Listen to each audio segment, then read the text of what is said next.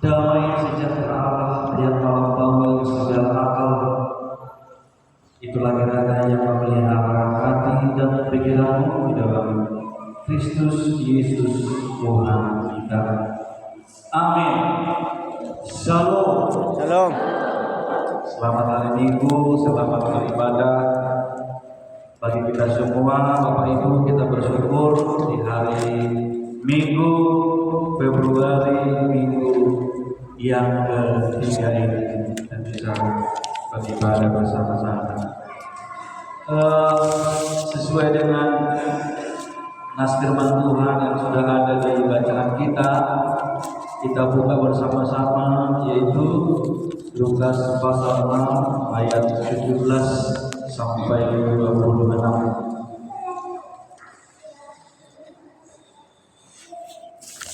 Lukas pasal 6 ayat 17 sampai ayat yang ke-26. Mari saya ajak kita boleh membaca firman ini. Injil Tuhan kita baca secara berganti-gantian. Saya baca ayat 1, Ibu Bapak semua boleh membaca ayat yang ini bergantian. Lalu ia turun dengan mereka dan berhenti pada suatu tempat yang datar. Di situ berkumpul sejumlah besar dari murid-muridnya dan banyak orang lain yang datang dari seluruh Yudea dan dari Yerusalem dan dari daerah pantai Tirus dan Sidon. Mereka datang untuk mendengar Dia yang untuk disembuhkan dari penyakit mereka. Juga mereka yang dirasuki oleh roh jahat oleh kesembuhan. Dan semua orang banyak itu berusaha menjamah Dia, karena ada kuasa yang keluar daripadanya, dan semua orang itu disembuhkannya. Mulai memandang murid-muridnya dan berkata, "Berbahagialah hai kamu yang miskin, karena kamulah yang mempunyai kerajaan Allah. Berbahagialah hai kamu yang sekarang ini lapar, karena kamu akan dipuaskan. Berbahagialah hai kamu yang sekarang ini menangis, karena kamu akan tertawa. Berbahagialah kamu jika si kamu, dan jika mereka mengusirkan kamu dan mereka cabut semua. Bersukacitalah pada waktu itu dan bergembiralah, sebab sesungguhnya upahmu besar di surga. Karena secara demikian juga nenek moyang mereka telah memperlakukan para nabi.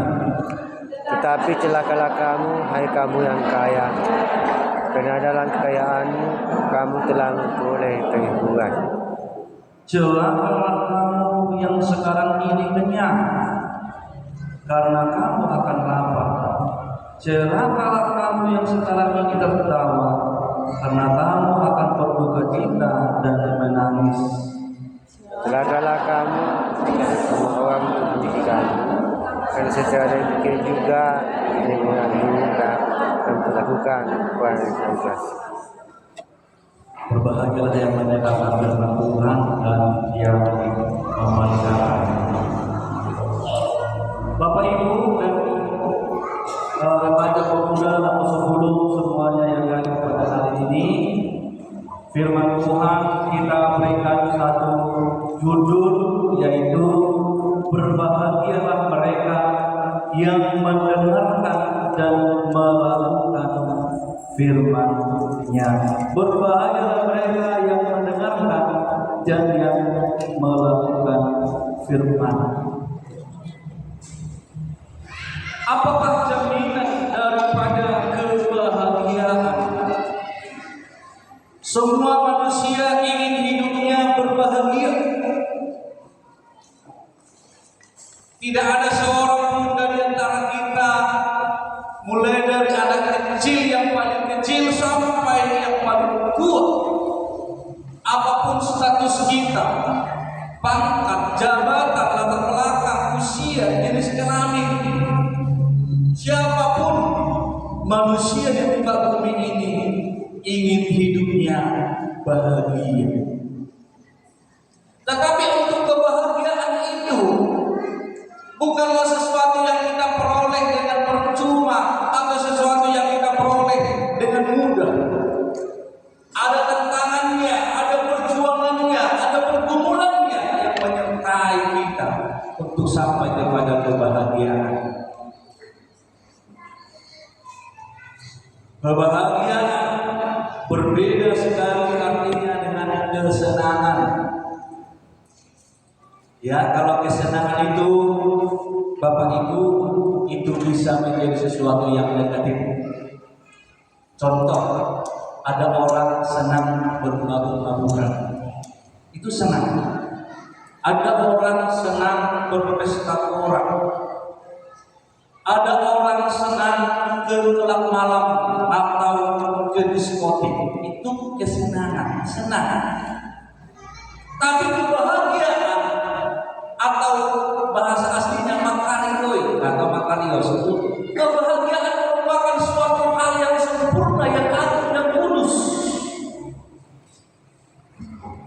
yang hanya ada di dalam hati, di dalam hidup orang-orang yang taat akan Tuhan. Kebahagiaan itu bukan karena ada orang memiliki harta yang banyak, memiliki pangkat yang tinggi, lalu dia otomatis bahagia. Tidak. Perlu kita camkan di dalam hidup kita. Semakin orang banyak hartanya, semakin orang banyak ilmunya, semakin pula dia susah untuk bahagia. Loh, kok bisa? Sudah jelas di sini, di dalam firman Tuhan disampaikan ada 3 kata bahagia, ada pula 3 kata celaka. Agak sedikit ada perbedaan konteks daripada berbahagia di dalam Matius pasal 5. Kalau kita lihat di sana, ayat 21 dan ayat 20, 21, 22, berbahagia 3. Lalu kita lihat ayat 24, 25, 26, celaka. Apa artinya celaka ini? Ini merupakan suatu keadaan di mana orang mengalami masalah, mengalami kritis. Maka kalau kita katakan ada kecelakaan di jalan, berarti ada sesuatu hal yang kritis di sana. Ada suatu kejadian di sana yang tidak diinginkan oleh siapapun. Berarti celaka maksudnya di sini adalah suatu keadaan yang seharusnya kita hindari, suatu keadaan yang seharusnya kita jauhi dari hidup kita. Maka celakalah kamu, hai kamu yang kaya.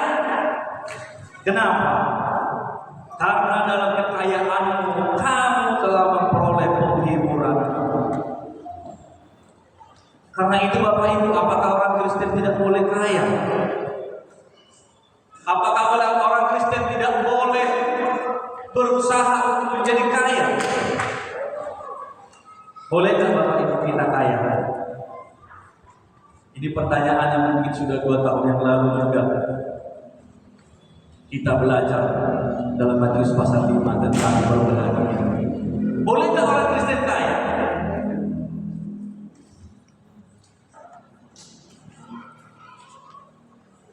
Ini sulit untuk kita jawab kalau kita tidak memahami dasarnya, esensinya.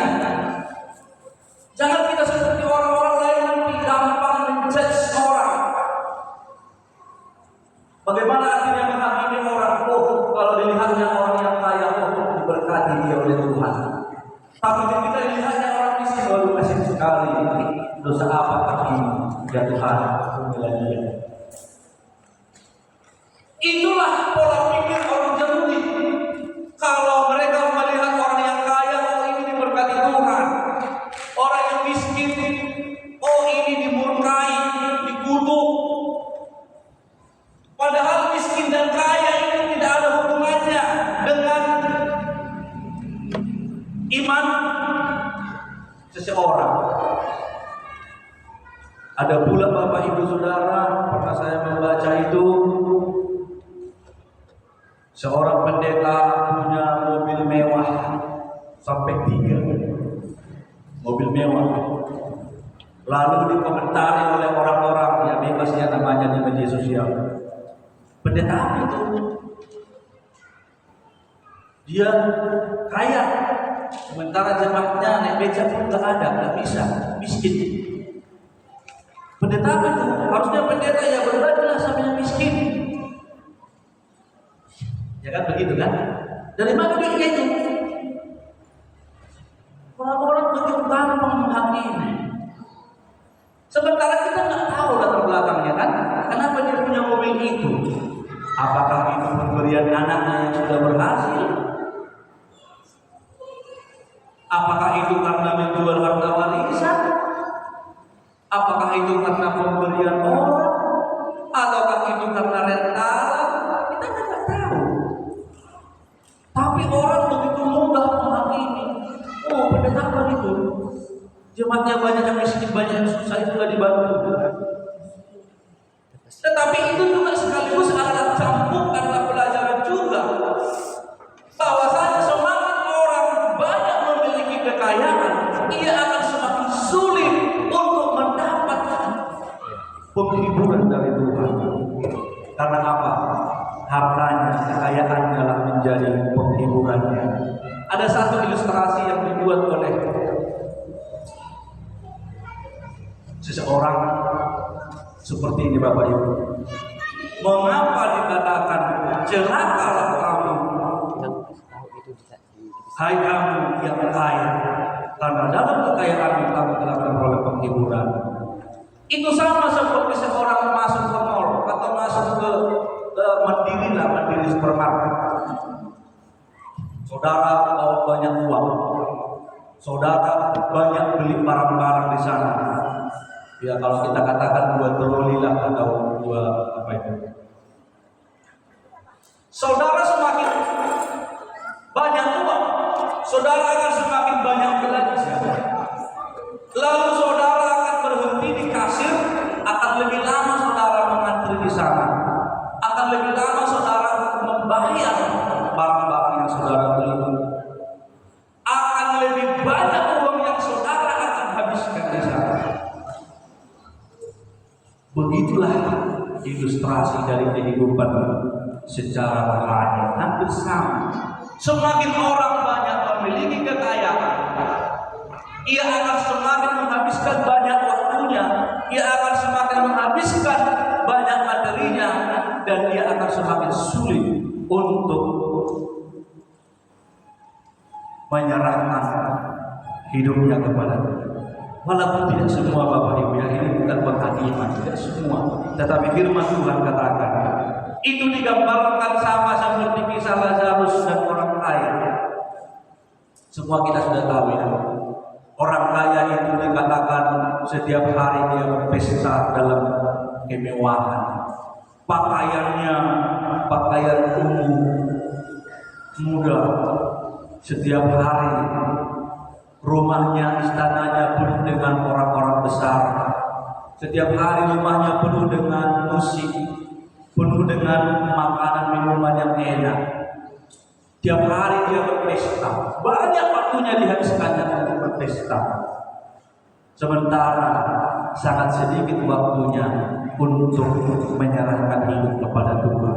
Sangat sedikit waktunya untuk memperhatikan ada si Lazarus di depan rumahnya mengemis. Ada Lazarus yang sangat miskin, tidak punya apa-apa, yang setiap hari hanya mengharapkan seteguk air, sepotong roti di depan rumahnya, tapi tidak dapat. Lalu apa yang terjadi ketika orang kaya itu mati? Apa yang terjadi? Di dalam hidupnya ia mendapat penghiburan, ia mendapat kesenangan, ia menghabiskan banyak barang, banyak biaya, banyak tenaga, banyak waktu untuk hal-hal duniawi. Tetapi sangat sedikit waktunya hidupnya untuk melakukan kebenaran dan kebaikan. Sehingga ketika dia tiba di alam seberang, ia menangis, dia sedih, ia menjerit dan ia memohon, Bapa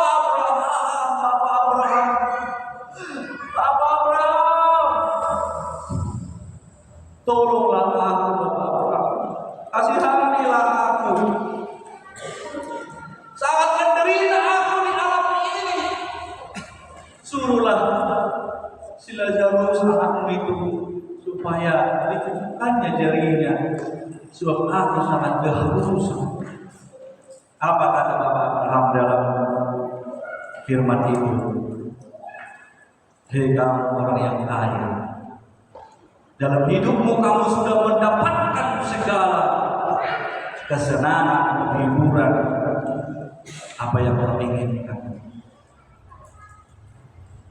Tetapi setelah engkau meninggal, setelah engkau mati, maka terimalah upahmu. Sementara tadi si Lazarus tidak punya apa-apa, tidak ada yang membuat dia stres dan pusing. Saya nggak tahu apakah dia punya keluarga, punya anak, punya istri. Saya nggak tahu apakah dia punya keluarga, sanak saudara. Nggak ada diceritakan di Alkitab ini. Tetapi yang diceritakan, dia seorang yang sangat miskin dan selalu setiap hari mengharapkan ibadah belas kasihan dari orang-orang. Tapi apa yang dia terima dalam kehidupan yang berikutnya itu? Ia memperoleh hiburan, ia memperoleh kebahagiaan. Yang kedua dikatakan, celakalah kamu yang sekarang ini kenyang, karena kamu akan lapar. Celakalah kamu yang sekarang ini tertawa, karena kamu akan menangis, berduka cita dan menangis. Ya, ada 4 di sini celaka ya. Celakalah kamu jika semua orang memuji kamu, karena cara demikian juga nenek moyang mereka telah memperlakukan nabi-nabi. Jadi Bapak Ibu, kenyang ini dalam 2 pengertian. Ada kenyang di dalam pengertian habis orang makan kenyang. Tetapi kenyang juga bisa berarti keadaan yang berkelimpahan atau berkecukupan. Makanya kita harus waspada Bapak Ibu Saudara. Apalagi ya kami ini tanda kutip ya, yang di atas berat normal, ya, ibu-ibu, bapak-bapak yang berat badannya di atas normal. Sementara kalau dalam dunia medis disebut overweight atau kelebihan berat badan. Sebenarnya ini adalah karena penyudah kenyang. Kenyang artinya kebanyakan makan. Iya. Mau dari jurus mana pun orang-orang berpikir enggak. Sebenarnya aku sedikit kali yang makan. Tapi tak tahu lah ya. Subuh kali badan. Apa aja makan jadi lemah? No way. Gak ada itu. Pasti karena lebih banyak masuk daripada keluar. Sudah pasti. Kita masukkan 3 kilo, yang keluar 1 kilo, yang 2 kilo lagi pun. Jadi perilaku kenyang itu banyak makannya, banyak ngemilnya. Contoh ya Bapak Ibu ya. Walaupun tadi memang ada secara genetis orang gampang gemuk, keturunan orang-orang gemuk dia ada. Tetapi apapun itu ceritanya, karena dikasih asupan makanan atau gizi lebih banyak daripada keluar. Nah itu juga adalah suatu hal yang salah. Ini juga adalah suatu hal yang harus diredam. Berarti di sini berbicara pengendalian diri. Maka kita sebagai orang percaya harus dapat mengendalikan diri, harus dapat mengendalikan nafsu.